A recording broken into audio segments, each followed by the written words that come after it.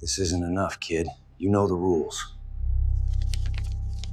It's all I The have. boy entered the bar late in the evening, when the air was already thick with tobacco smoke, cheap whiskey, and the heavy silence of people who were used to solving problems without words.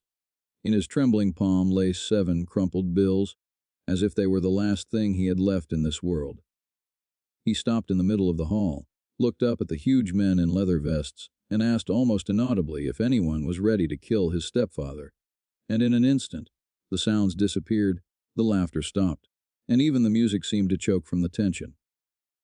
The club president was the first to rise from his seat, slowly knelt down in front of the child, and looked into his tear-stained eyes. He asked his name so calmly, as if there weren't people with dark pasts sitting around. The boy said his name barely audibly, squeezing the bills so hard that his knuckles turned white.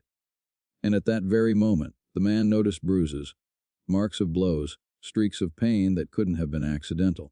The child told everything quickly, as if afraid someone would interrupt him or drive him back into the darkness. How the stepfather drinks, how he raises his hand, how his mother falls to the floor, covering his small body with her body. He said that today was worse than ever, that the house smelled of fear and blood, and when he gave the address, several men suddenly looked up, because everyone knew this place.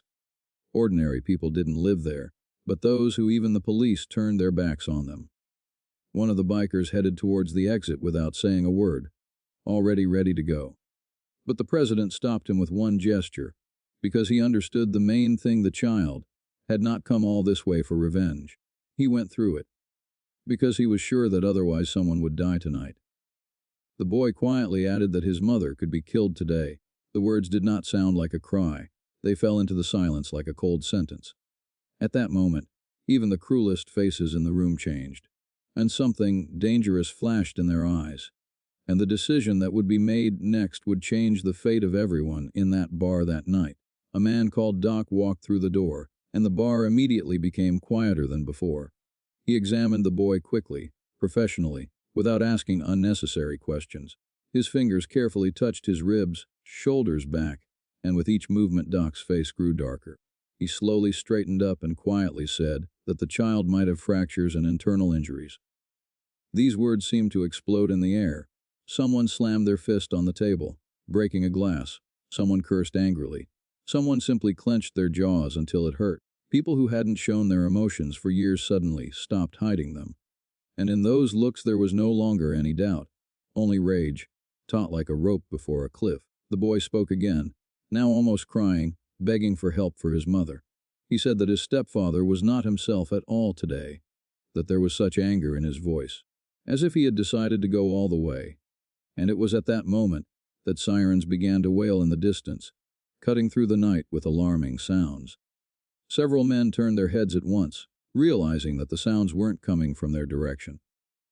The president's phone rang sharply and loudly, as if someone invisible had struck metal. He listened to just a few phrases, and his face instantly lost all color. On the other end of the line, they reported a shooting at the very place, the address, that the child had just given. And the boy, not understanding the words, understood the intonation and fell to his knees, as if the ground had disappeared from under his feet.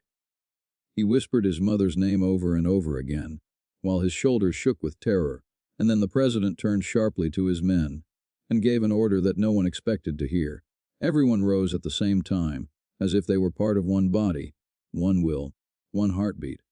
The motorcycles roared to life in the parking lot, their roar cutting through the night, promising no turning back. They raced through the dark streets, breaking all the rules, as if they were part of a storm raging out of control. The boy held onto the president's back as tightly as if it were his last link with life. The cold wind cut my face, tears mixed with dust, but it didn't let go, because it was scarier inside than outside.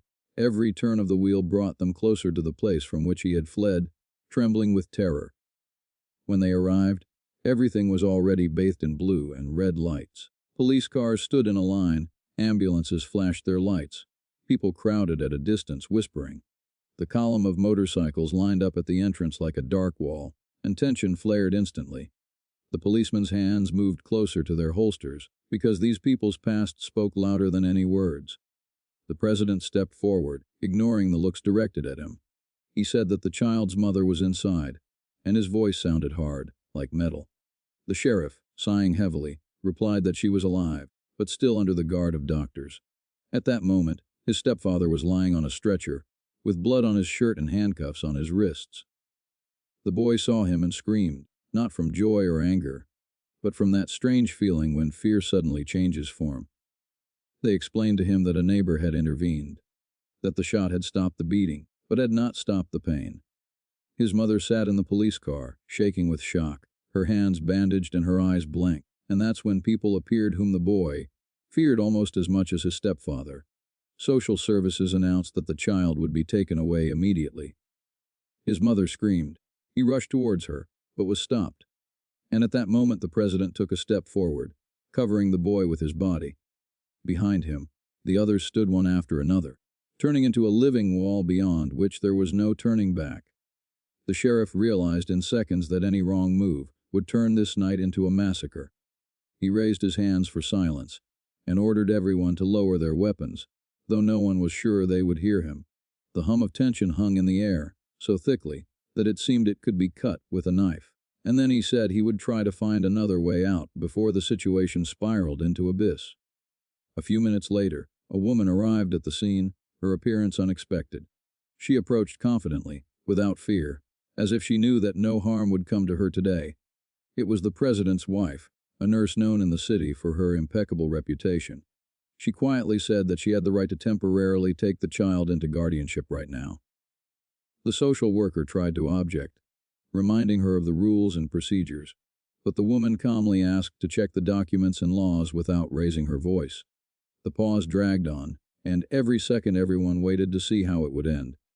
When confirmation arrived, the tension eased slightly for the first time that night. While the paperwork was being processed, the president approached the elderly man who had stopped the beating with a shot. He was still shaking, not from fear of the law, but from the realization of how close he had come to someone else's death. The president thanked him for saving the woman and handed him a card promising help. The old man wanted to say something, but instead of words, he simply nodded, unable to control his emotions. The boy's mother was released after questioning, but she had no home, no money, no security. The men in leather vests silently went through their pockets, and in a few minutes had collected enough money to provide temporary shelter. But it became known that the stepfather would be released on bail the very next day. And this meant only one thing: the danger was not over yet. It had only subsided before a new blow. At dawn, the boy quietly said that he had proof, and his voice trembled not from fear, but from wary determination. He took an old phone out of his pocket, scratched and barely alive, and handed it to the president.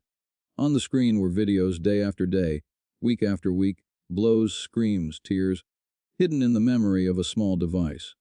The sheriff's face changed with every second he watched, until he realized it was turning the whole case upside down. The charges were as heavy as a rock, and bail no longer mattered. The stepfather was taken into custody again, and this time for a long time. But the danger did not disappear completely, because he had relatives who were just as evil and desperate. They appeared too quickly, confident that fear would still be their weapon. That night, they were expected at the motel. 15 motorcycles stood in the shadows, like dark silhouettes of a fate from which there was no escape. No one fired, no one screamed. But by morning the 3 men had disappeared from the city forever. No one spoke out loud about what had happened, and that was precisely what frightened them most.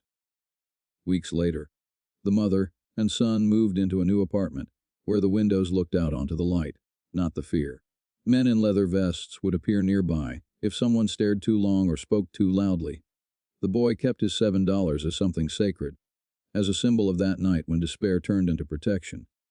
Years passed, he grew up, but every week he returned to the place where he was first heard. Now he did not come for help or protection. He came as if to a family that was chosen not by blood, but by choice. And every time he looked at the frame, with those very same banknotes on the wall, he remembered that even the most dangerous people can become angels, if one day they decide that saving is stronger than destroying.